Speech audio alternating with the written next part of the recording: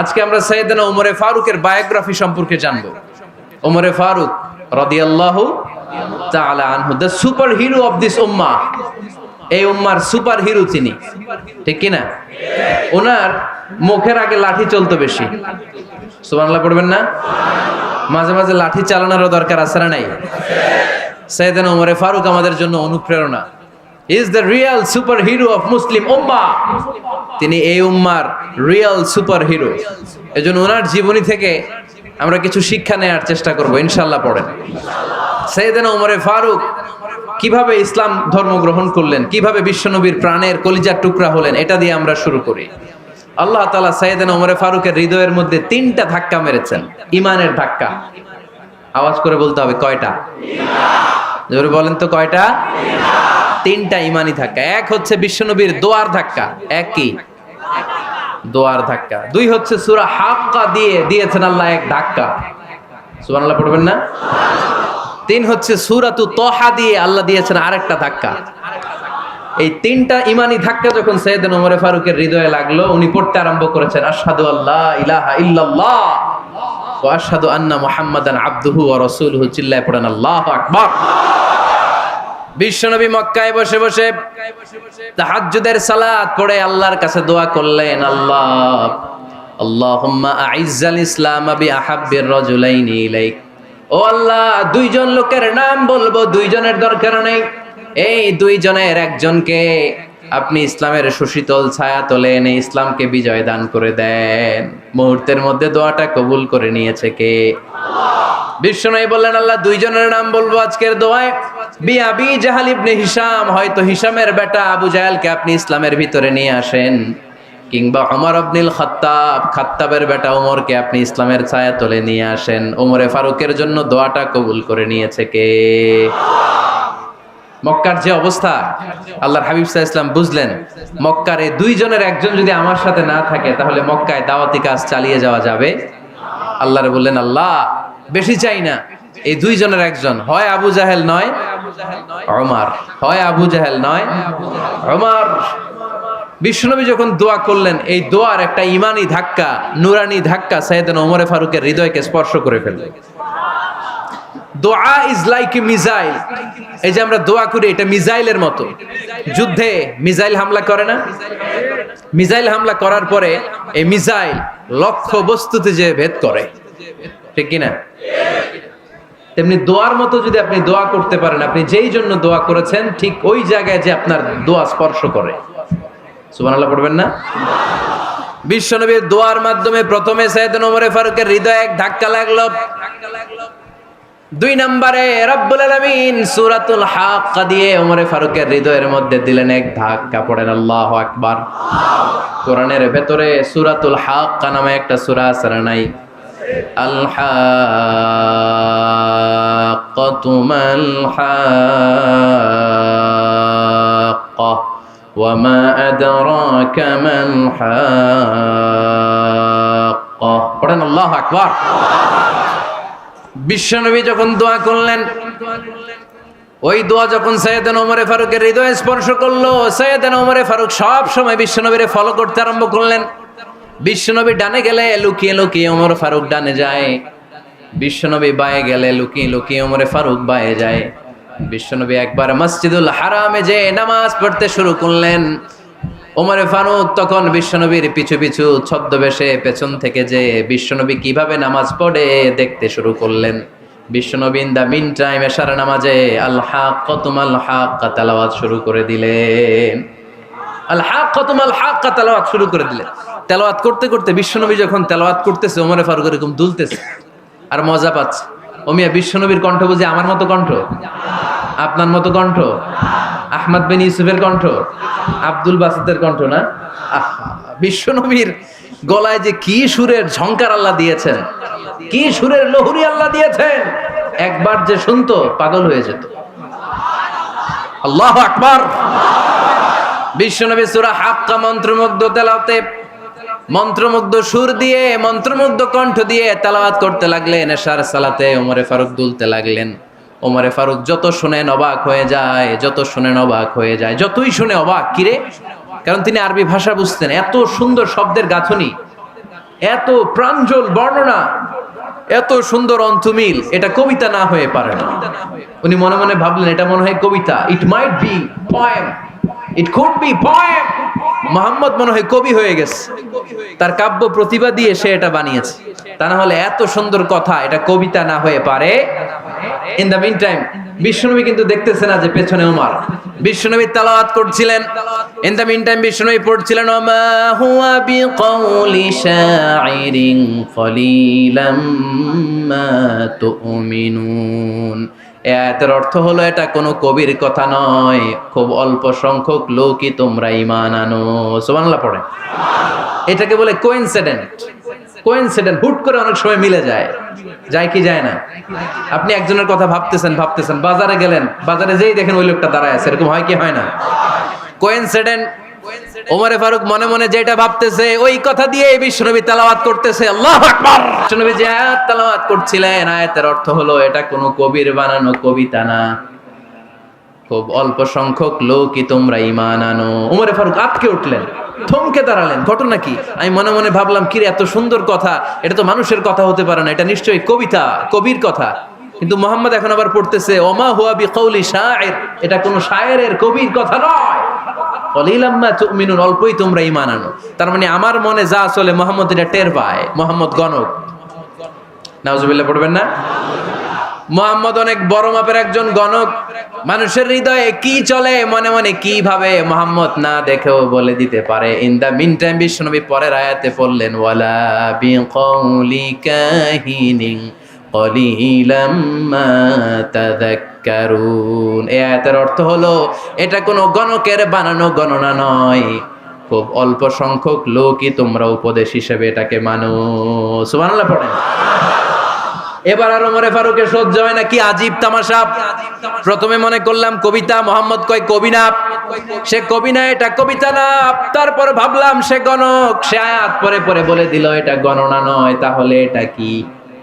এটা কি কবিতাও না, গণনাও না, তাহলে এটা কি? বিশ্বনবী তখন বললেন তানজিলুম মির রাব্বিল আলামিন। সুবহানাল্লাহ পড়েন। পরের আয়াত ছিল তানজিলুম মির রাব্বিল আলামিন।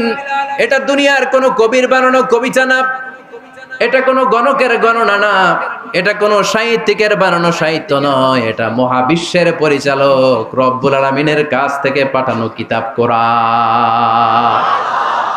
সূরা হাক্কার ধাক্কায় ওমরে ফারুক কাইত। প্রথমে ধাক্কাটা লাগলো যে দোয়া। বিষ্ণুনবী তাহাজ্জুদে কেঁদে দোয়া করলেন, আল্লাহ হয় আবু জাহেল রে দিবা নাইলে ওমর রে দিবা। ওই দোয়া ওমরে ফারুকের হৃদয়ে ছোঁয়া লেগেছে। এরপরে হাক্কা, সূরাতুল হাক্কা দিয়ে দিলে এক ধাক্কা। এই ধাক্কা খেয়ে উথাল পাথাল হৃদয়ের মধ্যে, হায় রে এ কি বাণী, এ কেমন কথা, কে মুহাম্মদ? তারপরও শয়তানের ওয়াসওয়াসা আছে না নাই? আল্লাহ বলে যতই ওয়াসওয়াসা ওমরকে দেয়া হোক, আমি ওমরে ফারুককে এই মুসলিম উম্মাতের সেনাপতি বানিয়ে ছাড়বো, আমি সেনাপতি বানাবো। এবার 3 নাম্বার ডোজ। ডাক্তারের কাছে গেলে প্রথমে দেখবেন সিম্পল ডোজ দেয়, নরমাল ওষুধ, এটাতে কাজ না হলে ডোজ বাড়ায়, একেবারে কাজ না হলে অ্যান্টিবায়োটিক মারে, আছে না নাই? আল্লাহ প্রথমে দোয়ার ছোঁয়া লাগালেন, তারপর সূরা হাক্কা দিয়ে ধাক্কা মারলেন, এরপরে রব্বুল আলামিন বলেন এবার 3 নাম্বার ডোজ সূরা তহা দিয়ে আমি তোমার হৃদয়টারে উজালা বানায় দেব রে ওমর। শয়তান ওদিক দিয়ে ওয়াসওয়াসা, খেলা দুই দিক থেকে চলতেছে। আল্লাহ তাআলা হেদায়েতের রাস্তায় টানছে, শয়তান জাহান্নামের দিকে টানছে। ঘোষণা দেয়া হলো মক্কায়, মুহাম্মদের মাথা কেটে এনে দিলে এত এত স্বর্ণ মুদ্রা দেয়া হবে। ওমরে ফারুক রাজি হয়ে গেলেন, নাঙ্গা তলোয়ার নিয়ে বিশ্বনবীর মাথা কাটার জন্য ছুটলেন। নাউজুবিল্লাহ পড়বেন না? বনু জাহরা গোত্রের এক লোক বলে, আইনা ইয়া ওমর, কই যাও? মুহাম্মদের মাথা কাটতে যাই। আরে মুহাম্মদের মাথা কাটতে যাও? তোমার বোন ফাতিমা বিনতে খাত্তাব আর তোমার বোন জামাই সাঈদ কদ সাবা, এরা তো ধর্ম ত্যাগ করে ফেলছে, এটা তো আমাদের ধর্ম ত্যাগ করে মুহাম্মদের ফলোয়ার হয়ে গেছে। আগে ওমর ঘর সামলাও, পরে মুহাম্মদের মাথা কাটতে যেও।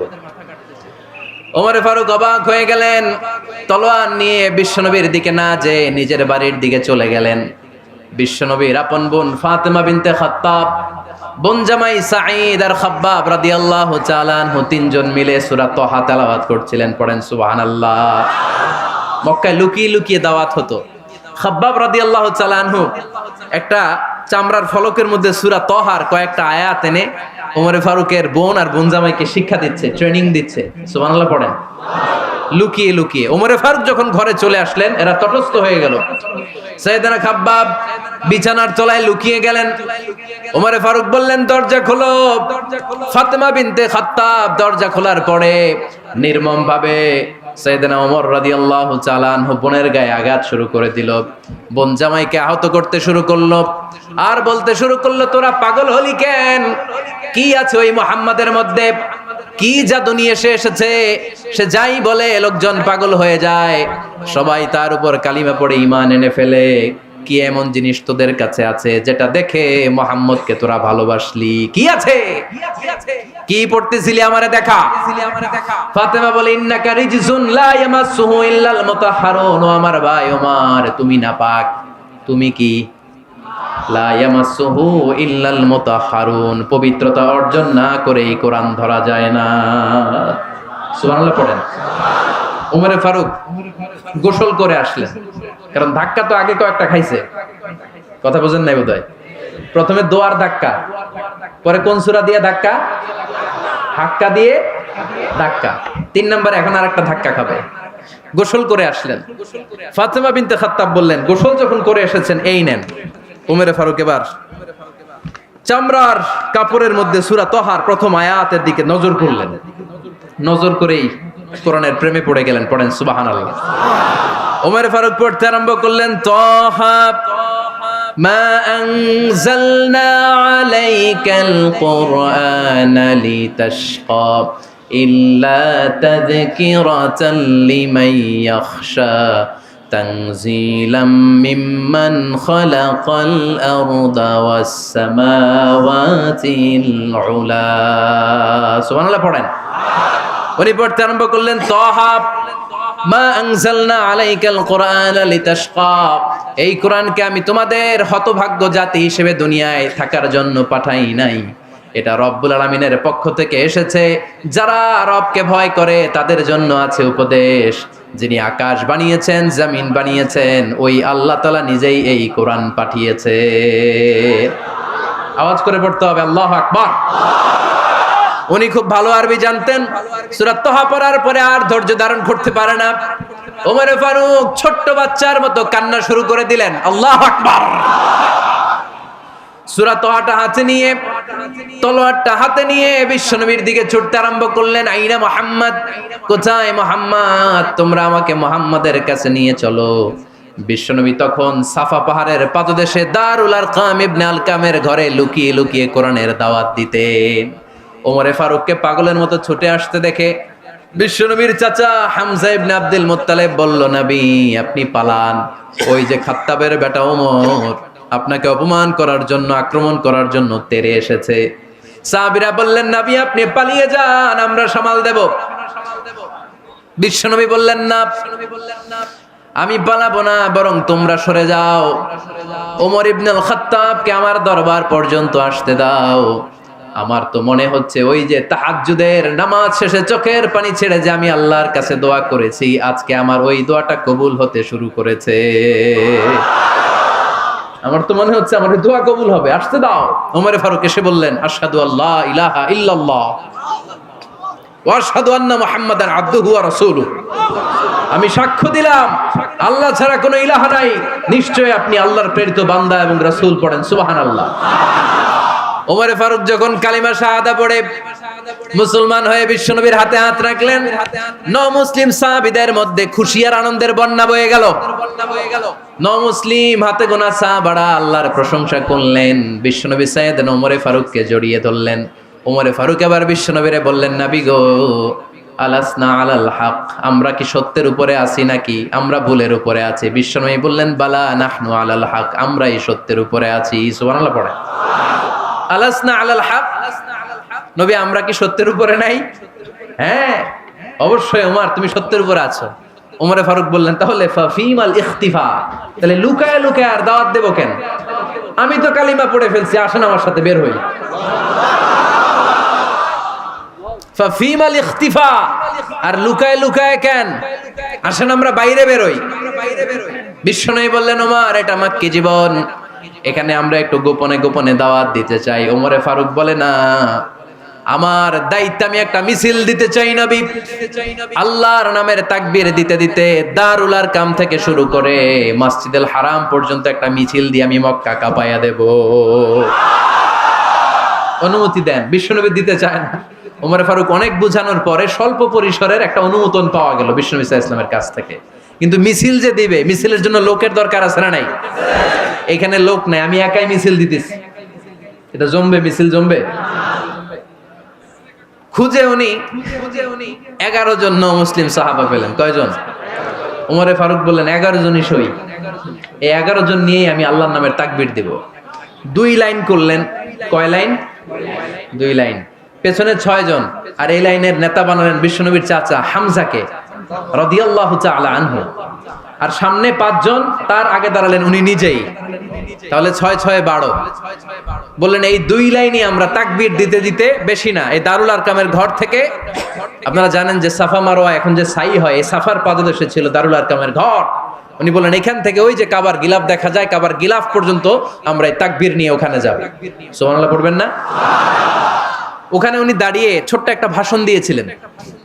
উনি বলেছিলেন, মান আরাদা আন তাসকুলা উম্মু ওয়া ইয়াতামা ওয়ালাদু ওয়া তারমিলা যাওজাতুহু ফালিয়াসুদ্দানি। খেয়াল করে শুনেন, কান দুইটা খরগোশের কানের মতো খাড়া করেন। উনি এক বাক্যের একটা ভাষণ দিলেন। ভাষণ দিতে জানলে বড় ভাষণ দেয়া লাগে না। এক বাক্যের ভাষণ দিয়ে গোটা বিশ্বকে ঝাঁকুনি মারা যায়। চিল্লায় বলো ঠিক কি না? ওমরে ফারুক এক বাক্যের একটা ছোট্ট ভাষণ দিলেন। মান আরাদা আন তাসকুলা উম্মু, কে আছো মায়ের এই মক্কায়, কে আছো মায়ের বুক খালি করতে চাও? ইয়াতামা ওয়ালাদু, কে আছো বাচ্চাগুলারে, নিজের সন্তানগুলোরে ইয়াতিম বানাতে চাও? কে আছো তারমিলা যাওজাতুহু, নিজের স্ত্রীকে বিধবা বানাতে চাও? ফালিয়া সুদ্দানি, বুকের পাটা থাকলে আমি ওমর রে থামাও। ফালিয়া সুদ্দানি, দেখি মক্কায় কার এত বড় বুকের পাটা। কে আছো মায়ের বুক খালি করতে চাও, সন্তান রে এতিম বানাতে চাও, স্ত্রীকে বিধবা বানাতে চাও? ফালিয়া সুদ্দানি, পারলে আমারে ঠেকাও। এই বলে উনি আল্লাহু আকবার, আল্লাহু আকবার, আল্লাহু আকবার বলে স্লোগান শুরু করে দিলেন। এক এক স্লোগানে মক্কার মরুজমিন থারথার করে কাঁপতে আরম্ভ করল। এই মিছিল মক্কার কেউ দেয় নাই। মিছিলের আওয়াজ শুনে আবু জাহেল বাইরিস, উতবা বাইরিস, শাইবা, ওয়ালিদ ইবনে মুগিরা সব বের হয়েছে। কি রে, আমার এলাকায় এত বড় স্লোগান, কার এত সাহস? বের হয়ে দেখে মিছিলের সামনে ওমর। ওমর রে দেখে দিছে এক দৌড়। কারণ ওমরে ফারুককে থামানোর মতো বাপের বেটা মক্কায় দ্বিতীয়টা কেউ ছিল না। আওয়াজ করে বলেন ঠিক কিনা? ওমরে ফারুক আল্লাহু আকবার, আল্লাহু আকবার বলে স্লোগান দিতে দিতে মসজিদুল হারামের ভেতরে ঢুকে গেল। কাবার গিলাফ ধরার পরে সেদিন মিছিল থেমেছে। ওই আল্লাহর নামের স্লোগান সেদিন কেউ থামাতে পারে নাই, কিয়ামত পর্যন্ত কেউ থামাতে পারবে না। চিল্লায় বলো ঠিক কিনা?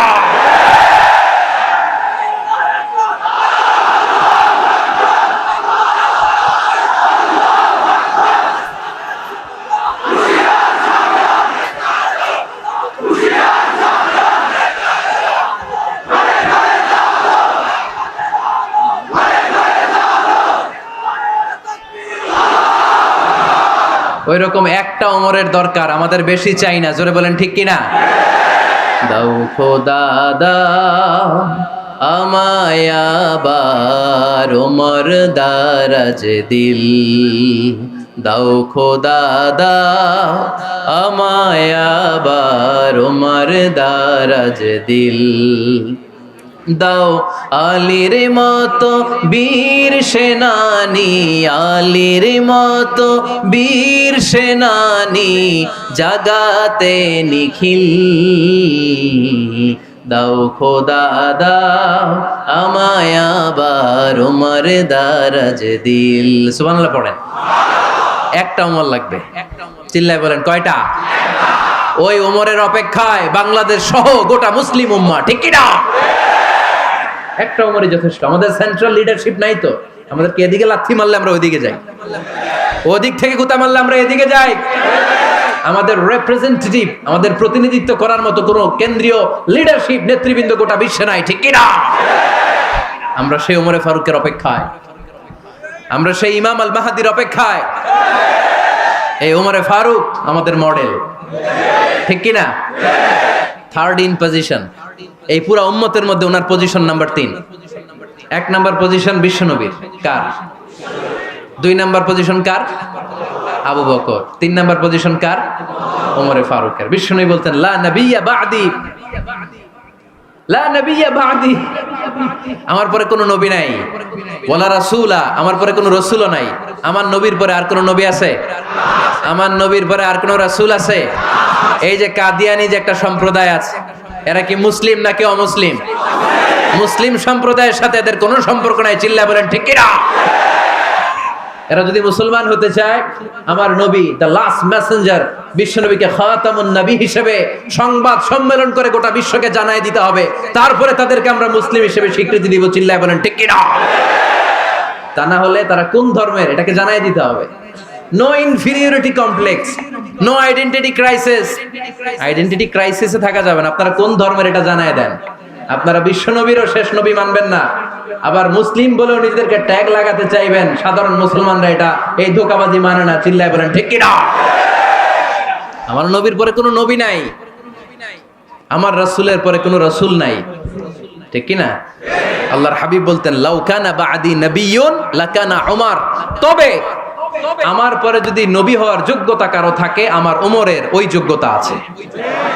সুবহানাল্লাহ পড়েন। প্রভু তুমি বলেছো রাসূল দেবে না, বলনি দেবে না ওমর, বলনি দেবে না হামজা তারি, খালিদ বিজয় সমর। প্রভু তুমি বলেছো রাসূল দেবে না, বলনি দেবে না ওমর, বলনি দেবে না হামজা তারি, খালিদ বিজয় সমর। প্রভু তুমি বলেছো রাসূল দেবে না। সুবহানাল্লাহ পড়েন। এজন্য আমরা একটা ওমর চাই। কয়টা? বেশি লাগবে? নেতার মতো নেতা কয়টা লাগে? জোরে বলেন কয়টা? Enough, that's enough. ওমরে ফারুক আওয়ার সুপার হিরো। ওনার সাথে বিশ্বনবী সাল্লাল্লাহু আলাইহি ওয়াসাল্লামের মুসাহারার সম্পর্ক ছিল। ওমরে ফারুক যে বিশ্বনবীর শ্বশুর, এটা অনেকে জানেই না। ওমরে ফারুক রাদিয়াল্লাহু তাআলা আনহু বিশ্বনবীর শ্বশুর ছিলেন। এটা আজকে নতুন শুনছেন। কে কে হাত তোলেন? দেখছেন হুজুর? সঠিক বলছি না আমি? অনেকে আমরা জানি না। মাশাআল্লাহ, জানতে লজ্জা নাই, শিখতে লজ্জা নাই। লজ্জা হচ্ছে অজ্ঞতায় আর মূর্খতায়, ঠিক কি না? আমরা শিখতে রাজি আছি। যে কথা বলে আমরা তার ছাত্র। আমার আগে হুজুর কথা বলতেছিলেন, আমরা ছিলাম ছাত্র।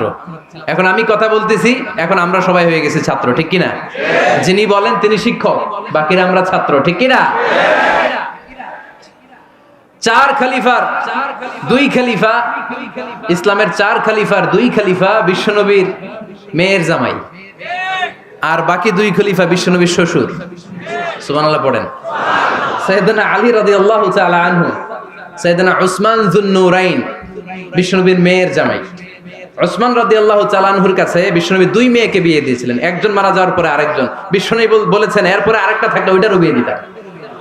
সুবহানাল্লাহ পড়বেন না? 2 জন ছিল মেয়ের জামাই আর 2 জন ছিল শ্বশুর। সাইয়েদনা আবু বকর শ্বশুর, বিশ্বনবীর স্ত্রী আম্মাজান আয়েশা রাদিয়াল্লাহু তাআলা আনহার বাবা। বিশ্বনবীর স্ত্রী আম্মাজান হাফসা রাদিয়াল্লাহু তাআলা আনহার বাবা ছিল সাইয়েদনা ওমরে ফারুক। চিল্লায় পড়েন আল্লাহু আকবার। জানো তো না পজিশন না? সাইয়্যিদু কুহুলিল জান্নাহ, জান্নাতে যত নারীরা যাবে, নারীদের সর্দারিনী হবে সাইয়্যিদাতুনা ফাতেমা রাদিয়াল্লাহু তাআলা আনহা। এই ফরিদপুরের যত ইয়াং স্টাররা তোমরা যারা জান্নাতে যাবে, তোমাদের লিডার হবে সাইয়েদনা হাসান আর হুসাইন রাদিয়াল্লাহু তাআলা আনহুমা। আর বয়স্ক মুরব্বীরা যারা জান্নাতে ঢুকবেন, আপনাদের লিডার হবে সাইয়েদনা আবু বকর আর সাইয়েদনা ওমর ফারুক রাদিয়াল্লাহু তাআলা আনহু। সুবহানাল্লাহ পড়তে পারলেন না? ওমর ফারুক এটা সাধারণ কোনো ক্যারেক্টারিস্টিক্স নয়। ওনাকে আল্লাহ তাআলা নলেজও দিয়েছেন, আবার দিনদারিও দিয়েছেন। আমার দিনী ভাইয়েরা খেয়াল রাখবেন, কোন আলেমের মধ্যে বা কোন নেতার মধ্যে যদি এই দুইটার সমন্বয় আপনি পান, যে তার জ্ঞানও আছে আবার দিনদারিও আছে, he belongs the knowledge and he belongs the তাকওয়া, সে গোটা বিশ্বকে জয় করে ফেলবে, ঠিক কি না? যার মধ্যে জ্ঞান আছে, যার মধ্যে তাকওয়া আছে, তারে কেউ থামায় রাখতে পারে? ওমরে ফারুককে এই 2 নেয়ামত দিয়ে ধন্য করেছে কে? সহিহ বুখারীর বর্ণনা, বিশ্বনবী সাহাবীদের সামনে একটা স্বপ্নের কথা বলছেন। বিশ্বনবী বললেন, আমি স্বপ্নে দেখলাম আমার আঙ্গুলের ফাঁকা থেকে দুধ বের হচ্ছে, আমি তৃপ্তি সহকারে দুধ খেলাম। খাওয়ার পরে দেখলাম আঙ্গুলের মধ্যে একটু দুধ লেগে আছে। আমার আঙ্গুলে অতিরিক্ত লেগে থাকা দুধটা আমি ওমরে ফারুকের মুখের মধ্যে লাগিয়ে দিলাম। সাহাবারা বললেন, ইয়া রাসূলুল্লাহ, ইয়া হাবিবাল্লাহ, মাযা আওয়ালতা বিহি, এই স্বপ্নের আপনি কি ব্যাখ্যা করলেন, আমরা তো বুঝলাম না। বিশ্বনবী বললেন, আওয়ালতু বিহি আল ইলম, আমি এই দুধ দিয়ে জ্ঞানের ব্যাখ্যা করেছি, কারণ ওমরকে আল্লাহ যেই জ্ঞান দিয়েছে গোটা বিশ্বের কাউকে এত জ্ঞান দেয় না। এজন্য স্বপ্নে যদি কেউ দেখেন যে আপনি দুধ খাচ্ছেন, তার মানে আল্লাহ তাআলা আপনার জ্ঞান বাড়ায় দিবে। ওমরে ফারুককে দুধ খেয়ে অতিরিক্ত দুধের অংশটা বিশ্বনবী আবু বকর রাদিয়াল্লাহু তাআলা আনহুর মুখে দেন নাই, সাইয়েদনা উসমানের মুখে দেন নাই, আলী রাদিয়াল্লাহু তাআলা আনহুর মুখে দেন নাই। স্বপ্নে ওই অতিরিক্ত লেগে থাকা দুধটা বিশ্বনবী ওমরে ফারুকের ঠোঁটের মধ্যে লাগিয়ে দিয়েছেন। এই হাদিস থেকে প্রমাণ হয় আল্লাহ তাআলা জ্ঞানের নেয়ামতে সাইয়েদনা ওমরে ফারুককে ধন্য করেছেন। আবার বুখারীর বর্ণনা, বিশ্বনবী সাল্লাল্লাহু আলাইহি ওয়াসাল্লাম আরেকটা স্বপ্নের বর্ণনা দিচ্ছেন। তিনি বললেন, তোমাদের সবাইকে স্বপ্নে আমার সামনে দাঁড় করানো হলো। আমি দেখলাম তোমাদের কারো জুব্বা নাভি পর্যন্ত, কারো জুব্বা হাঁটু পর্যন্ত, কারো জুব্বা টাকনু পর্যন্ত। ওমরে ফারুককে যখন স্বপ্নে আমার সামনে দাঁড় করিয়ে দেয়া হলো, আমি দেখলাম ওমরের জুব্বা এত লম্বা, ওমর টেনে হিচড়ে তার জুব্বা নিয়ে সামনে হেঁটে যাচ্ছে। সাহাবারা বললেন, ফামাযা আওয়ালতা বিহি ইয়া রাসূলুল্লাহ, ও আল্লাহর রাসূল, এই স্বপ্ন দিয়ে আপনি কি বোঝাতে চাইলেন, আমরা কিছু বুঝলাম না। বিশ্বনবী বললেন, আওয়ালতু বিহি আদ-দ্বীন, আমি এই হাদিসের দ্বারা দ্বীনের ব্যাখ্যা করলাম, যার জামা যত লম্বা তার দ্বীনদারি তত বেশি। সুবহানাল্লাহ, আসতে পড়েন। স্বপ্নে দেখলেন কোন সাহাবীর জুব্বা নাভি, কোন সাহাবীর হাঁটু, কারোটা টাকনু, কিন্তু ওমরে ফারুকের জুব্বা এত লম্বা, ইয়াজুরু সাওবাহু, তিনি তার জুব্বা টেনে হিচড়ে যাচ্ছেন। বিশ্বনবী বললেন, এটা দ্বারা আমি দ্বীন, আমি তাকওয়া, দ্বীনদারি, তাকওয়া, এটার ব্যাখ্যা করেছি। তার মানে ওমরে ফারুকের তাকওয়ার সামনে সব তাকওয়া পানি হয়ে যাবে। কোন সুবহানাল্লাহ। আল্লাহ তাআলা সাইয়েদনা ওমরে ফারুককে দ্বীনের জ্ঞান দিয়েছেন, তাকওয়া দিয়েছেন। যুবক ভাইরা, যাকে আল্লাহ তাআলা দ্বীনের জ্ঞান দেয়, যাকে আল্লাহ তাআলা তাকওয়ার এই গুণ দিয়ে সমৃদ্ধ করে, তার জন্য গোটা বিশ্বের সব দরজাগুলোকে ওপেন করে দেয় কে?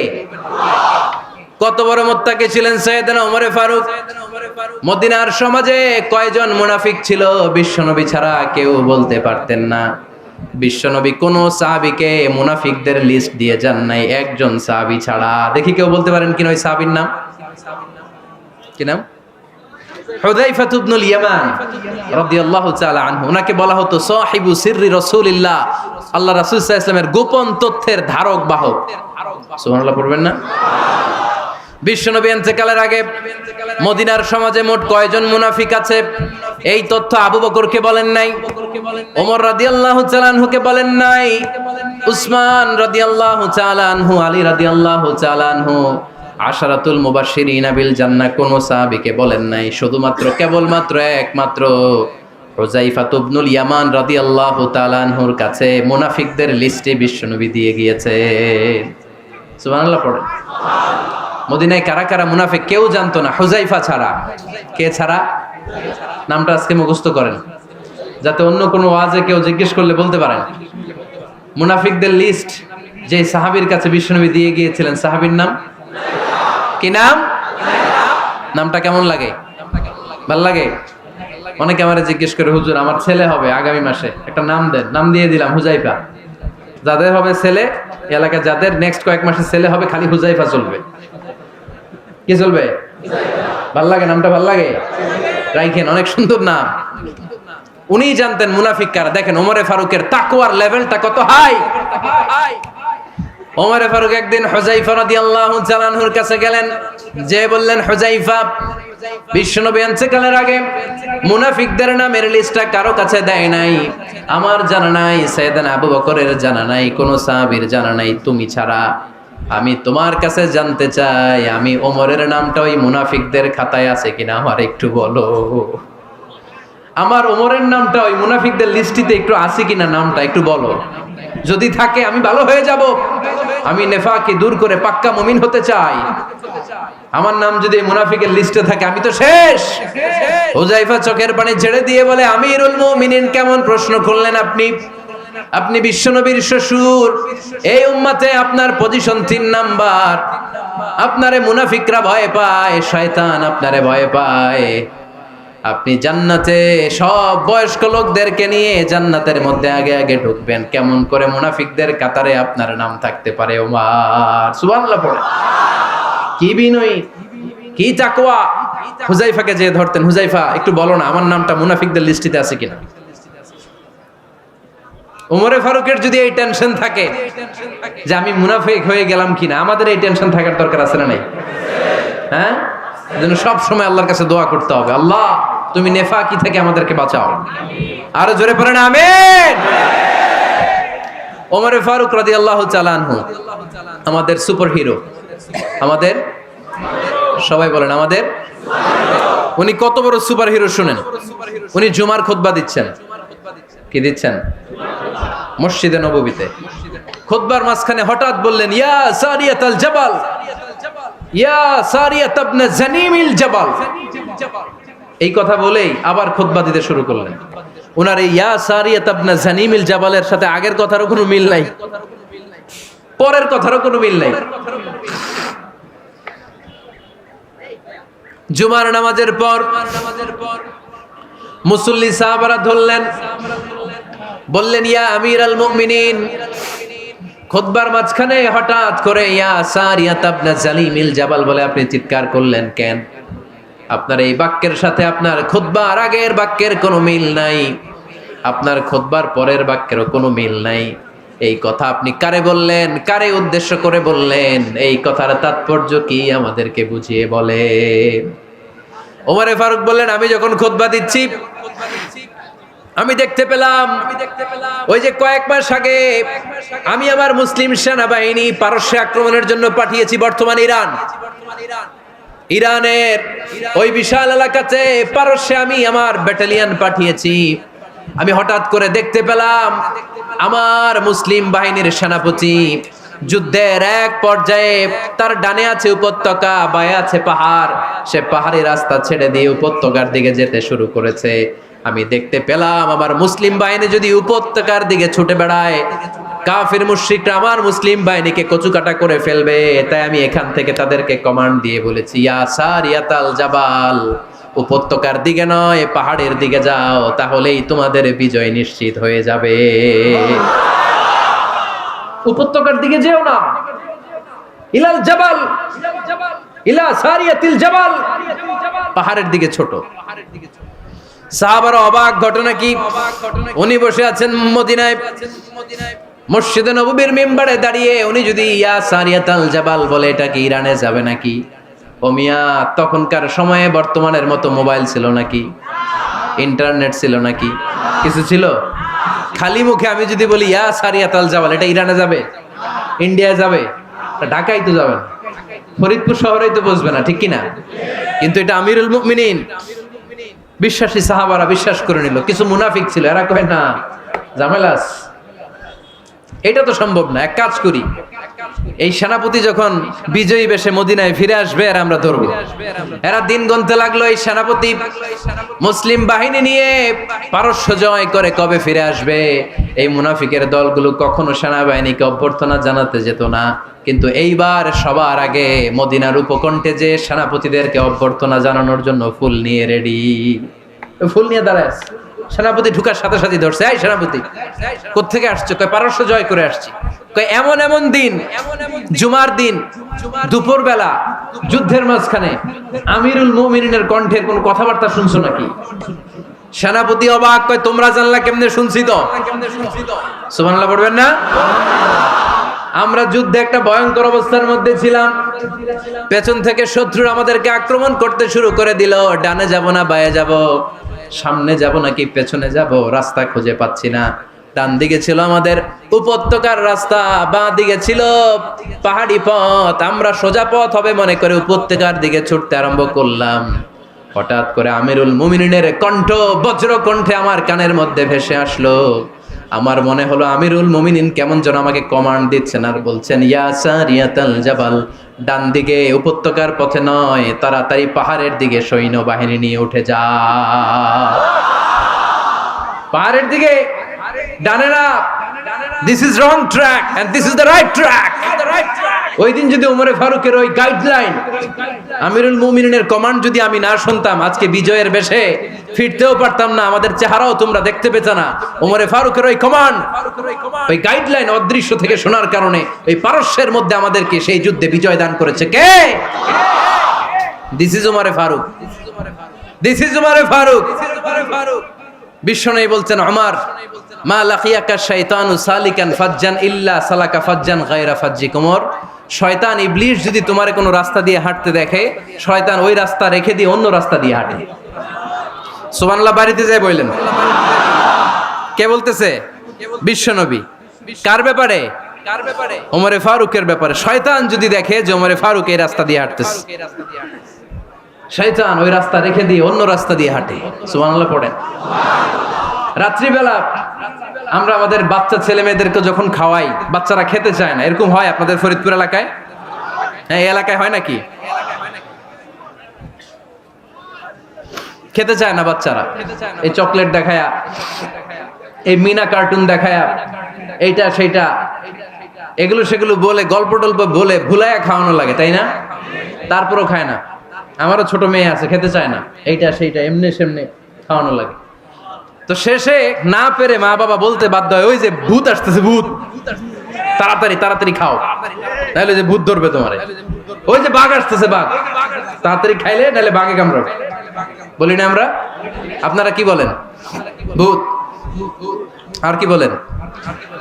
হ্যাঁ হ্যাঁ, আচ্ছা, এক এক জায়গায় এক একটা আমরা বলি, ভূত আসবে, বাঘ খাবে, ভাল্লুক খাবে, তাড়াতাড়ি খাও। মদিনাতে যখন ওমরে ফারুক আমিরুল মুমিনিন, মদিনার মায়েরাও বাচ্চাদেরকে খাওয়াতে পারতো না, ছোট্ট মেয়েদেরকে খাওয়াতে পারতো না, খাওয়া নিয়ে যন্ত্রণা করতো।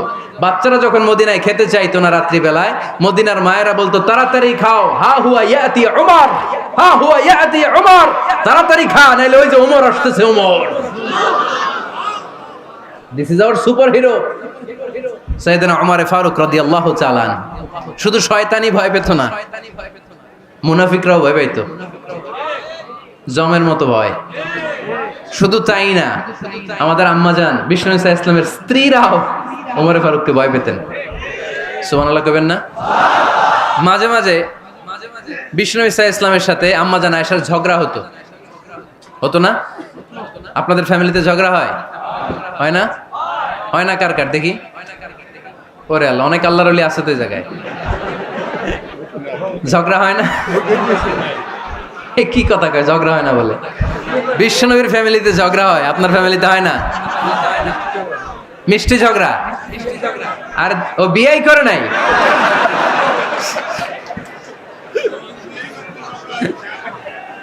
ঝগড়া তো হবেই, দাম্পত্য জীবনের মজাটাই তো এখানে। কখনো ঝগড়া, কখনো আনন্দ, একটু বৃষ্টি, একটু রোদ, একটু হাসি, একটু কান্না, ভালো লাগা, ভালোবাসা শেয়ার করে নেয়া, মিলেমিশে একাকার হয়ে যাওয়া, ঠিক কিনা? তো আল্লাহর হাবিব সাল্লাল্লাহু আলাইহি ইসলামের সাথে আম্মাজান আয়েশার ঝগড়া হতো। তো একদিন ঝগড়া হয়ে দুইজন রেগে আছে। খবরদার দুইজন রেগে থাকবেন না, আবার একজন রাগলে আরেকজন থেমে যাবেন, কারণ এই ছোট্ট ঝগড়া থেকে এটা অনেক সময় বিচ্ছেদের দিকে গড়ায়। আমার প্রিয় ফরিদপুরবাসী, ভাবি রেগে গেলে আপনি রাইগেন না, ওই দিন আপনি একটু ঠান্ডা থাকেন। আবার আপনি রেগে গেলে, আমার মাইকের আওয়াজ যদি ভাবিরা শুনেন, আপনারা রেগে যায় না, একটু ঠান্ডা থাকবেন। দুইজনে রেগে গেলে তো তৃতীয় বিশ্বযুদ্ধ শুরু হবে, তাই না? একজন রেগে গেলে আরেকজন ঠান্ডা, কারণ এই সামান্য ঝগড়া থেকে ইগোর কারণে এটা বিচ্ছেদ আর ডিভোর্স পর্যন্ত গড়ায়। আর শয়তান এখানে উস্কানি দেয়, কারণ ইমানদারদের ফ্যামিলি ভাঙতে পারলে শয়তান সবচেয়ে বড় খুশি হয়, আর ইমানদারদের ফ্যামিলি টিকে থাকলে খুশি হয়ে যায় কে? আম্মাজান আয়েশা রাদিয়াল্লাহু তাআলা আনহার সাথে বিষ্ণু ইসা ইসলামের ঝগড়া হতো মাঝে মাঝে। একবার ঝগড়া হলো, বিষ্ণু ইসা ইসলামও রাগ, আম্মাজান আয়েশাও রাগ। তো বিষ্ণুই বললেন, আয়েশা, ঝগড়া করে আর কতক্ষণ থাকবো, আসো মিটমাট করি। আয়েশা রাদিয়াল্লাহু বললেন, ঠিক আছে, মিটমাট করবো। তো বিষ্ণু ইসা ইসলাম বললেন, মিটমাটের জন্য কারে ডাকবো? ওমর রে ডাকি। কয় না, ওমর রে না, ওমরও গালিজ, ওমর অনেক রাগে, আমার ডর লাগে। কয় তাহলে তোমার আব্বারে ডাকি, কয় ডাকেন। কি খুশি, মেয়েদের মধ্যে অভ্যাসটা আছে না নাই? তাহলে তোমার আব্বারে ডাকি, ডাকেন। ডেকে নিয়ে আসা হলো। আবু বকর রাদিয়াল্লাহু তাআলা আনহু দাঁড়ালেন, আম্মা জান আয়েশা দাঁড়ালেন, বিশ্বনবীও দাঁড়ালেন। বিশ্বনবী বললেন, আয়েশা তোমার আব্বা আসছে, এবার ঘটনা খুলে বলার পালা, তুমি বলবা নাকি আমি বলবো? আম্মা জান আয়েশা বললেন, আপনি বলেন, তবে ওয়ালা তাকুল ইল্লা হাক্কান, যেটা ঘটছে ওইটাই বললেন, মিথ্যা কথা কইেন না। আবু বকর রাদিয়াল্লাহু তাআলা আনহু রেগে মেগে আগুন, কি এই কথা তুমি কেমন করে বলো? বিশ্বনবীকে মিথ্যা কথা কখনো বলবে? রেগে মেগে দিলেন মেয়ের গালে এক চড়। বানিয়ে বলতেছি না, মুসনাদ আহমদ ইবনে হাম্বলের হাদিস।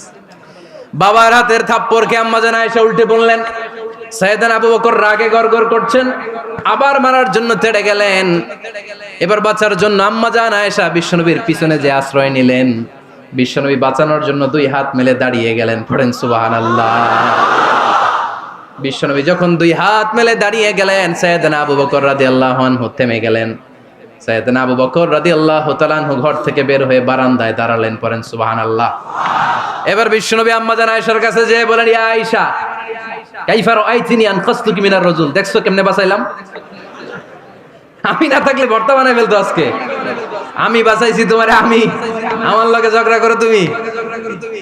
লজ্জায় পড়ে আম্মা জান আয়েশা খিলখিল করে হেসে দিলেন, বিশ্বনবীও হেসে দিলেন। দুইজনের হাসির মধুর আওয়াজ শুনে সাইয়েদনা আবু বকর বাইরে থেকে অবাক, কিরে এতক্ষণ না ঝড় তুফান, এখন দেখি হাসি। সালাম দিয়ে অনুমতি নিয়ে ভিতরে ঢুকলেন। ঢুকে দেখেন আম্মা জান আয়েশাও হাসে, বিশ্বনবীও হাসে। এ হাসি দেখে আবু বকর রাদিয়াল্লাহু আনহু হেসে দিলেন। আরশের উপর থেকে খুশি হয়ে গেলেন কে? এবার সাইয়েদনা আবু বকর রাদিয়াল্লাহু তাআলা আনহু বললেন, ইয়া রাসূলুল্লাহ আশরিকানি ফি সিলমিকুমা কামা আশরাকতুমানি ফি হারবিকুমা। ও নবী, যুদ্ধ লাগলে, দুইজন যুদ্ধ লাগলে মীমাংসার জন্য যেমনি আমারে ডাকেন, এরকম হাসি আর আনন্দের মুহূর্তেও আমারে একটু ডাইকেন। আশরিকানি ফি সিলমিকুমা কামা আশরাকতুমানি ফি হারবিকুমা। নবী, আপনাদের মধ্যে ঝগড়া লাগলে সন্ধি করার জন্য আমারে যেমনি ডাকেন, আপনাদের হাসি খুশি আনন্দ খুনসুটি এই মজাদার মুহূর্তগুলোতে আমারে বঞ্চিত রাখেন না, আমার একটু ডাইকেন। সুবহানাল্লাহ পড়েন। এই মুসনাদে আহমদ ইবনে হাম্বলের হাদিস শোনার উদ্দেশ্য হচ্ছে, বিশ্বনবী প্রথমে ওমর ফারুকের নাম বলেছিলেন। সাইয়েদনা আয়েশা বলে, না আমি ডরাই।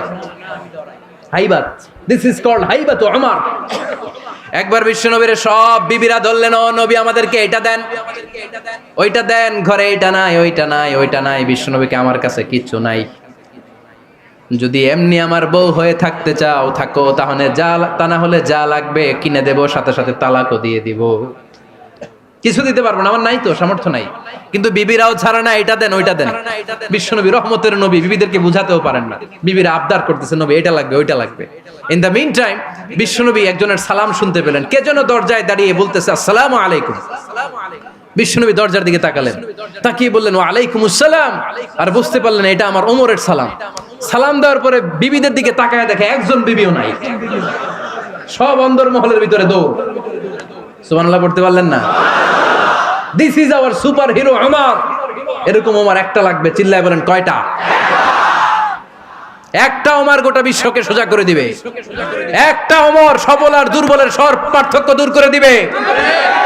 মাজলুমের উপর জালিমের অত্যাচারের অবসান ঘটায় দিবে। গোটা বিশ্বটাকে সাম্য, মৈত্রী, ভালোবাসার ইনসাফ দিয়ে পরিপূর্ণ করে দিবে। সেই ওমরের অপেক্ষায় আমরা। নিজের ছেলেকে 80টা বেত মেরেছেন। কয়টা? 80টা বেত মেরেছে।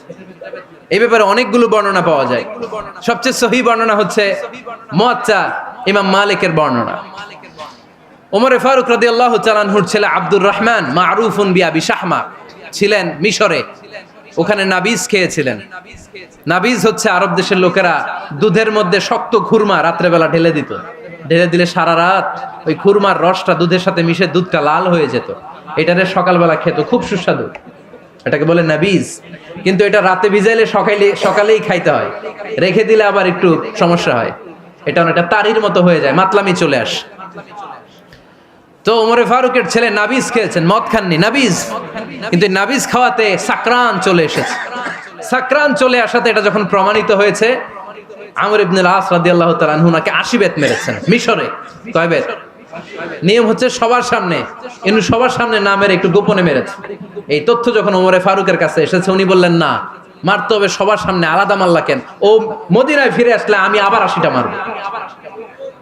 মদিনায় ফিরে আসার পরে সাইয়েদনা ওমরে ফারুক ওই আগের 80টারে আর ধরেন নাই, নিজ হাতে আবার 80টা বেত মেরেছেন। এই বেত মারার 1 মাস পরে এই আবু শাহমা ইন্তেকাল করেছে। অনেক ঐতিহাসিক বলে এই বেতের আঘাতে মরেছে, কেউ কেউ বলেছে নিজের রোগের কারণে মরেছে। কিন্তু দিস ইজ দ্য ইনসাফ সিস্টেম অফ ওমর। নিজের ছেলে বলে ছেড়ে দেয় নাই। এখন নিজের ছেলে হইলে 7 খুন মাফ, নেতার ছেলে হইলে 10 খুন মাফ, এলাকার মোড়লের ছেলে হইলে 10 খুন মাফ। নো পার্সিয়ালিটি ইন ইসলাম। ইসলামে পার্সিয়ালিটি নাই। আপনি নেতার ছেলে হন, আপনি বিজনেস ম্যাগনেটের ছেলে হন, আপনি যেই হন না কেন, ইসলামের দৃষ্টিতে সবাই সমান। চিল্লায় বলেন ঠিক কিনা? বানু মখজুমিয়া গোত্রের এক নারী চুরিতে ধরা পড়ল। সাহাবারা বললেন, নবী মদিনার সবচেয়ে ভেরি প্রেস্টিজিয়াস এন্ড ডিগনিফাইড ফ্যামিলির মেয়ে, আপনি হাত কাটেন না, কারণ ইসলামের নিয়ম চুরি করলে কি কেটে দাও। বিশ্বনবী বললেন, বলো কি? হাত না কাটার জন্য তোমরা আমাকে রেকমেন্ড করছো? এটা আল্লাহর আইন, পৃথিবীর কেউ রেকমেন্ড করলো শোনার ক্ষমতা আমার নাই, কারণ আইনটা দিয়েছে কে? লাউ কানাত ফাতিমাতু বিনতি মুহাম্মাদিন সারাকাত লাকাতা মুহাম্মাদুন ইয়াদাহা। আরে বনু মাকসুমিয়া মেয়ে তো দূরের কথা, আমার কলিজার টুকরা ফাতেমাও যদি আজ চুরিতে ধরা পড়তো, তার হাত কেটে দিতে আমি 1 মিনিটও দেরি করতাম না। দিস ইজ ইসলাম। এই হচ্ছে ওমরে ফারুকের মানাকিব। এরকম ওমরে ফারুক কয়টা লাগবে? আওয়াজ করে বলতে হবে, কয়টা লাগবে? একটা লাগবে। এই সাইয়েদনা ওমরে ফারুক মদিনার প্রথম চিফ জাস্টিস ছিলেন। সর্বপ্রথম উনার পরামর্শে সাইয়েদনা আবু বকর রাদিয়াল্লাহু তাআলা আনহু কোরআনকে সংকলন করেছেন। আমরা এই যে কোরআন পড়ি 30 পারা, এমদাদিয়া লাইব্রেরির 114টা সূরা, কত সুন্দর সন্নিবেশ করা হয়েছে, এখানে সাজানো হয়েছে। আল্লাহর হাবিব সাল্লাল্লাহু আলাইহি ওয়াসাল্লামের সময় কি এরকম কোরআন ছিল নাকি?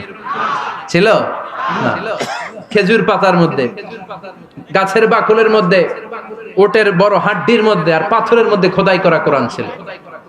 সাইয়েদনা আবু বকরের সময় রাদিয়াল্লাহু তাআলা আনহুর সময় যুদ্ধ হলো, 70 জন হাফেজ সাহাবী ইন্তেকাল করলেন। সাইয়েদনা আবু বকর রাদিয়াল্লাহু তাআলা আনহুকে ডেকে ওমরে ফারুক বললেন, ও আবু বকর, এইভাবে হাফেজে কোরআন সাহাবীরা যদি দুনিয়া থেকে বিদায় হয়ে যায়, আল্লাহর কোরআনও তো বিদায় হয়ে যাবে।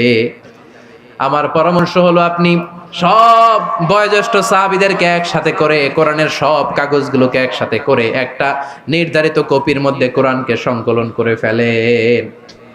সাইয়েদনা আবু বকর বললেন, যেটা আমার নবী করে না, এটা আমি কেমনে করি? কিন্তু ওমরে ফারুক নাচরবান্দা বলে না, এটা করলে কোনো খারাপ হবে না, ভালোই হবে। মুসলিম উম্মার জন্য এক জায়গায় কোরআন সন্নিবেশিত থাকবে, আপনি করেন। সাইয়েদনা আবু বকর রাজি হয় না, ওমরে ফারুকও ছাড়ে না। ওমরে ফারুক বলতে বলতে এমন ভাবে সাইয়েদনা আবু বকর রাদিয়াল্লাহু তাআলা আনহুকে ধরলেন, সব শেষে সাইয়েদনা আবু বকর ওমরে ফারুকের কথায় কোরআন সংকলনে রাজি হয়ে গেলেন। পড়েন সুবহানাল্লাহ। উনি বললেন, ওমর যখন আমাকে বারবার বুঝাতে লাগলো, আল্লাহ তাআলা আমার হৃদয়টা ওমরের কথা শোনার জন্য খুলে দিলেন। আল্লাহ তাআলা কেমন যেন আমাকে ইলহাম করলেন, আবু বকর করো, এই কাজের মধ্য দিয়ে আমি আমার কোরআনকে গোটা বিশ্বে জীবিত রেখে দেব। This is Omar. এই যে আমরা হিজরি সনের যে আমরা গণনা করি, এই হিজরি সনের প্রবর্তক হচ্ছে সাইয়েদনা ওমরে ফারুক। সুবহানাল্লাহ নাই? আপনাদের মনোযোগ আছে না গেছে? কই ঘুমায় গেলেন মনে হয়? তাকবীর দেন তো একজন আওয়াজ করে।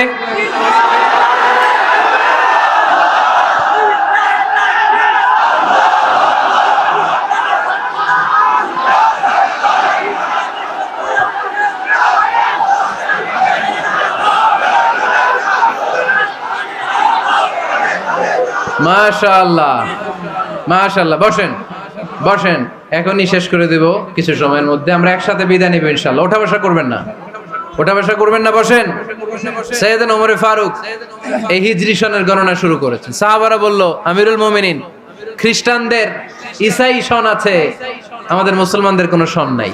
আমাদের একটা সন থাকলে আমাদের জিজিয়া নিতে, আমাদের যাকাতের টাকা উত্তোলন করতে অনেক সুবিধা হবে।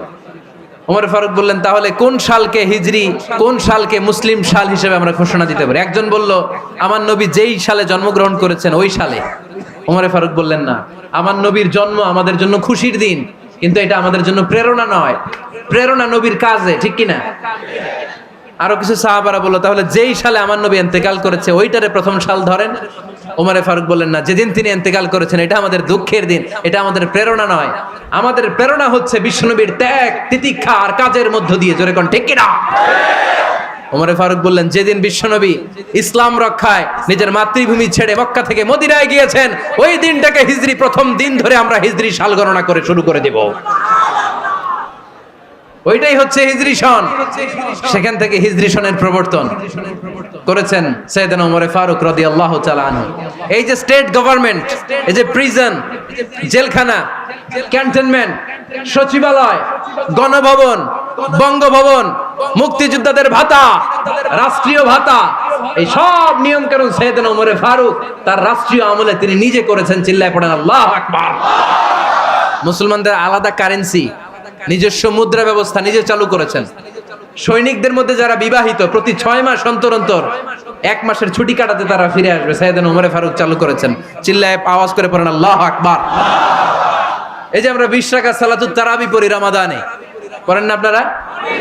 এটা সাইয়েদনা ওমরে ফারুক চালু করেছেন। সুবহানাল্লাহ পড়তে পারলেন না? কোরআনে মোট 22টা আয়াত আছে যেখানে সাহাবারা ইনডিসিশনে ভুগছিলেন। বিশ্বনবীর মত একটা, ওমরে ফারুকের মত আর একটা। এই 22 জায়গায় আল্লাহ তাআলা বিশ্বনবীর মতের পক্ষে আয়াত নাজিল না করে ওমরে ফারুকের মতের পক্ষে কোরআনের আয়াত নাজিল করেছেন। আওয়াজ করে পড়েন আল্লাহু আকবার। এদিকে উঠলেন কেন আপনারা? যারা উঠছেন আমার দিকে তাকান।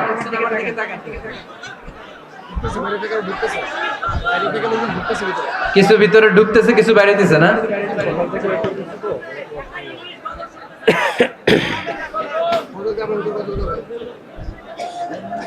সাইয়েদনা ওমরে ফারুক, আমরা সাহাবীদের জীবন চরিত পড়তে চাই না? কত যে অনুপ্রেরণামূলক দৃষ্টান্ত সাইয়েদনা ওমরে ফারুক আমাদের জন্য রেখে গিয়েছেন। ওমরে ফারুক যখন খলিফা, দিনের বেলায় যদি রাষ্ট্রে কোনো নিয়ম জারি করতেন, দিনের বেলায় জনগণকে কোনো বিষয়ে যদি নিষেধ করতেন, রাত্রে বেলায় খাওয়ার সময় ফ্যামিলি মেম্বারদের সবাইকে বলতেন, এই দিনের বেলা আমি জনগণকে এই কাজ করতে নিষেধ করেছি, তোমরা আমার ফ্যামিলি মেম্বার, খবরদার তোমরা এই কাজ করো না। জনগণ করলে যতটুকু শাস্তি, তোরা করলে পাবি ডবল শাস্তি। সুবহানাল্লাহ কইবেন না? আমাদের নেতারা ওই বাড়ির বিচার করে, ওই বাড়ির মাইয়ার বিচার, ওই বাড়ির পোলার বিচার, নিজের পোলা গাঞ্জা টানে, আছে না নাই? নিজের মেয়ে অপরাধ করে, আছে না নাই? কি নেতা ছিলেন ওমরে ফারুক! আগে নিজের ঘর সামলিয়েছেন, আগে নিজেকে সামলিয়েছেন, নিজের ঘর ঠিক করেছেন। বলেছেন জনগণ করলে যত ব্যাদ, তোরা করলে ডবল ব্যাদ। দিস ইজ কল লিডার, ঠিক কি না?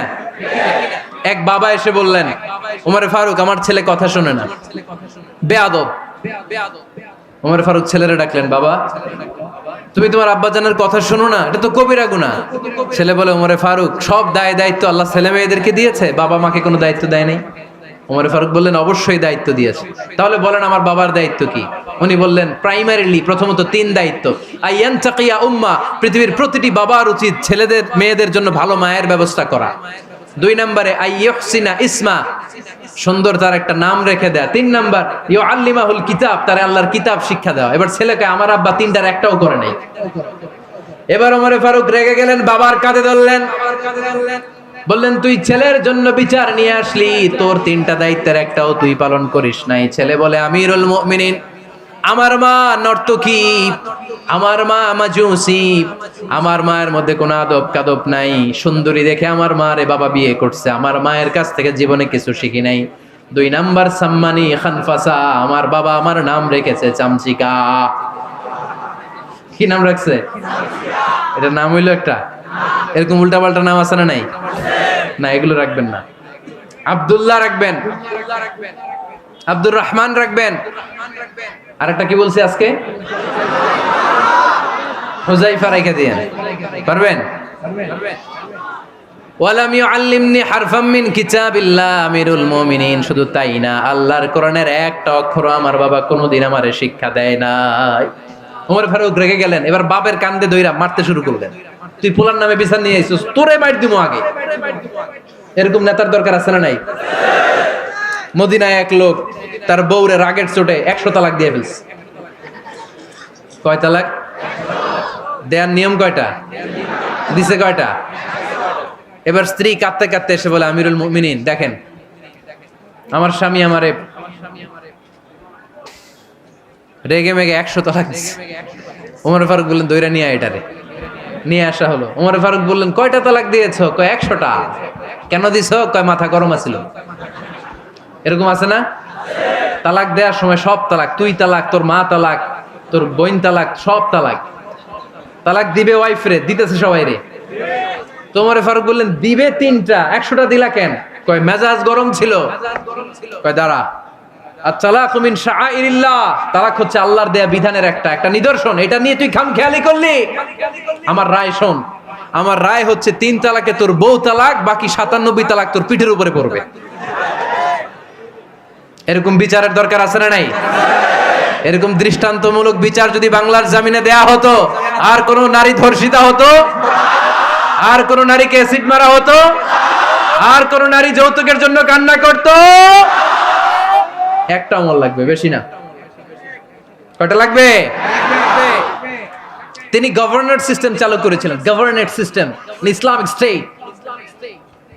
বাহরাইন, ইয়েমেন, মিসর, কুফা, বসরা, মক্কা, মদিনা, এই 7 জায়গায় 7 জন গভর্নর পাঠিয়েছেন। তাদের থেকে তথ্য নিতেন। এই গভর্নর সিস্টেম উনি বানিয়েছেন। সাইয়েদনা আমর ইবনে আল-আস রাদিয়াল্লাহু তাআলা আনহুকে পাঠিয়েছেন মিশরে। মিশরে একটা দৌড় প্রতিযোগিতা হতো। ওই দৌড় প্রতিযোগিতায় আমর ইবনে আল-আস রাদিয়াল্লাহু তাআলা আনহুর ছেলে অংশগ্রহণ করেছে। কিন্তু এক মিশরি ওই দৌড় প্রতিযোগিতায় চ্যাম্পিয়ন হয়ে গেছে। রানার্স আপ হয়েছে আমর ইবনে আল-আসের ছেলে। এবার মিশরি ফার্স্ট আর গভর্নরের ছেলে সেকেন্ড। রাগের চোটে আমর ইবনে আল-আসের ছেলে ওই মিশরির মাথার মধ্যে কয়েকটা বাড়ি মেরেছে। মিশরি বলে, আমার মাল্লা কেন? তুমি খেলায় পারো না, আমারে মাল্লা কেন? কয়, আনা ইবনুল আকরামিন, আমি গভর্নরের পোলা, আমি যা বলবো এটাই হবে, আমার উপরে কথা নাই। মিশরি ওইখানে আর ঝগড়া বাঁধায় নাই, মনে দুঃখ নিয়ে মদিনায় চলে আসলেন। এসে বললেন, আমিরুল মুমিনিন, আপনি আমর ইবনুল আস রাদিয়াল্লাহু তাআলা আনহুকে মিশরের গভর্নর বানিয়ে পাঠিয়েছেন। একটা প্রতিযোগিতায় আমি চ্যাম্পিয়ন হয়েছি, ওনার ছেলে হয়েছে রানার আপ। কেন সে চ্যাম্পিয়ন হতে পারে নাই? এই কারণে আমার মাথায় লাঠি দিয়ে 3টা বাড়ি মেরে বিচারটা দিছে কার দরবারে? কথা বুঝেন নাই বোধহয়? ওমর ফারুকের দরবার। ওমর ফারুক বললেন, তাই আগামী বছরের অমুক তারিখ আমি সব গভর্নরদেরকে ডেকে হিসাব নেই, তো ওই দিন তুই থাকবি, পারবি না? মিশরে বলে, পারবো মানে অবশ্যই পারবো। ওই দিন 7 রাজ্য থেকে 7 গভর্নর হাজির, গভর্নরদের ছেলেরাও হাজির, মিশরীয় হাজির। 7 গভর্নরের কাছ থেকে 7 এলাকার খোঁজ খবর নেয়ার পরে ওমরে ফারুক বললেন, আইনাল মিসরি, মিশরি লোকটা কই, এদিকে আয়। মিশরি সামনে আসার পরে বলল, আমর ইবনুল আস, তুমি মিশরের গভর্নর, তোমার ছেলে সহ তুমি আসো। আমর ইবনুল আস এসে সামনে বসে রইলেন। এবার বললেন, ও আমর ইবনুল আসের ছেলে, তুমি নাকি ইবনুল আকরামিন গভর্নরের ছেলে, তুমি যা বলবা মিশরে নাকি তাই হবে, তোমার নাকি অনেক দাপট। নিজে একটা লাঠি এনে মিশরীর হাতে দিয়ে বলল, এবার তোর মাথায় যতটা মারছে তুই ততটা গুনে গুনে মার, আমি দেখবো। আমর ইবনুল আস দেখবে, আমর ইবনুল আসের ছেলেরে তুই এখানে মার। সে বলতেছে, থাক, আপনি বলছেন এতেই যথেষ্ট, মারা লাগবে না, আমি মাফ করে দিলাম। ওমরে ফারুক বলল, খবরদার, মার মার ওর মাথার মধ্যে। মিশরি ওমরে ফারুকের ধমক শুনে ভয়ে ভয়ে 3টা বাড়ি মারলো। এই বাড়ি মারা দেখেও ওমরে ফারুকের হৃদয় ঠান্ডা হয় নাই। লজ্জায় আমর ইবনুল আস, বয়স হয়ে গিয়েছে সাহাবা, মাথা তখন টাক, মাথায় চুল নাই। লজ্জায় মাথাটা হেট হয়ে মাথাটা নিচু করে রেখেছে। এবার রাগের চোটে ওমরে ফারুক বললেন, এবার আমর ইবনুল আসের টাক মাথার মধ্যে একটা মার। মার! কেন ছেলেকে শিক্ষা দিতে পারে নাই? ইয়া আমর ইবনুল আস, মাতা জাআলতুমুন নাস আবিদা, তোমরা কখন মিশরীদেরকে নিজেদের দাস বানায় নিলা? ওয়াকাদ ওয়ালাদাতুম উম্মুহুম আহরারা, আর ওদের মায়েরা তো ওদেরকে স্বাধীন সন্তান হিসেবে প্রসব করেছে। মানুষদের উপর ক্ষমতাগিরি করার জন্য গভর্নর পাঠাই নাই। খবরদার, জনগণ তাদেরকে দেখভাল করার জন্য তোমাদেরকে পাঠানো হয়েছে, তাদের উপর কোনো অত্যাচার করার জন্য নয়। চিল্লায় বলেন ঠিক কি না? এরকম নেতা কয়টা লাগবে? কয়টা? ওই নেতার নাম কি? ওমর। হ্যাঁ, হুয়া ইয়াতি ওমর। 22 জায়গায় বিশ্বনবী কয় একটা, ওমরে ফারুক বলে আরেকটা। আল্লাহ বলে, বিশ্বনবী আপনার পক্ষে আমি আয়াত নাজিল করতে পারলাম না, আমি ওমরের পক্ষে নাজিল করে দিলাম। বিশ্বনবী বলতেন, ইন্নালি কুল্লি উম্মাতিন মুহাদ্দাস, সব উম্মতের মধ্যে, সব নবীর উম্মতের মধ্য থেকে একজন করে আল্লাহ তাকে মুহাদ্দিস বানাতো। মুহাদ্দিস না, মুহাদ্দাস। মুহাদ্দাস মানে এমন লোক যিনি যা ভাবতো ওই ভাবনাটাই আল্লাহ আয়াত হিসেবে নাজিল করে দিতেন। বিশ্বনবী বলেন, আমার উম্মতের মধ্যে মুহাদ্দাস হচ্ছে সাইয়েদনা ওমর। মদিনার সবচেয়ে বড় মুনাফিকের নাম আব্দুল্লাহ ইবনে উবাই ইবনে সালুল, সব মুনাফিকদের সরদার। কিন্তু এই মুনাফিকের ছেলেটা হলো পাক্কা ইমানদার। এই ছেলের নাম হলো আব্দুল্লাহ। আওয়াজ করে বলেন, ছেলের নাম কি? আব্দুল্লাহ ইবনে উবাই ইবনে সালুল, মুনাফিক সরদার যখন ইন্তেকাল করলো, সাইয়েদনা আব্দুল্লাহ রাদিয়াল্লাহু তাআলা আনহু বিশ্বনবীর কাছে এসে চোখের পানি ছেড়ে ডেকে বলে, নবী আপনিও জানেন, আমিও জানি, মদিনার সবাই জানে আমার আব্বা মুনাফিকদের সরদার, কিন্তু আমার মন তো মানে না, আমার তো পিতা, আমার তো বাবা লাগে, আমার তো মন মানে না। আপনিও জানেন মুনাফিক, আমিও জানি মুনাফিক। নবী আপনার দরবারে কিছু আমি চাই না, আপনার গায়ের একটা জামা দেন, আপনার জামাটা পরিয়ে আমার বাবারে দাফন দিব। এর উসিলায় যদি আমার আব্বারে আল্লাহ মাফ করে দেয়, দয়ার নবী মায়ের নবী জামা খুলে দিয়ে দিলেন। পড়েন সুবহানাল্লাহ। আব্দুল্লাহ রাদিয়াল্লাহু তাআলা আবার আবদার চললেন, নবী জানি আমার বাবা মুনাফিক, কিন্তু আমার তো বাবা, আপনার দরবারে ফরিয়াদ, আপনি নিজে যে আমার বাবার জানাজার নামাজের ইমামতি করবেন। দয়ার নবী মায়ার নবী জানাজার নামাজে যেতে চাইলেন। ওমরে ফারুক বললেন, নবী না, খবরদার আপনি উবাই ইবনে সালুলের জানাজায় যাবেন না। বিশ্বনবী জোর করে যেতে চাইলেন। সাইয়েদনা ওমরে ফারুক বিশ্বনবীর জামা পেছন থেকে টেনে ধরলেন। আল্লাহু আকবার। টেনে ধরলেন, যাবেন না আপনি। ওমরে ফারুকের হাত থেকে হ্যাচকা টান মেরে জুব্বা টান দিয়ে বিশ্বনবী জানাজায় চলে গেলেন। রব্বুল আলামিন আয়াত নাজিল করলেন, ইস্তাগফির লাহুম আও লা তাস্তাগফির লাহুম ওয়া ইন তাস্তাগফির লাহুম ৭০ মাররাতান ফালান ইয়াগফিরাল্লাহু লাহুম। নবী গো, একবার নয়, দুইবার নয়, ৭০ বারও যদি এই মুনাফিকের জন্য আপনি ক্ষমা চান, তার জন্য ক্ষমা নাই, তার জন্য আছে জাহান্নাম।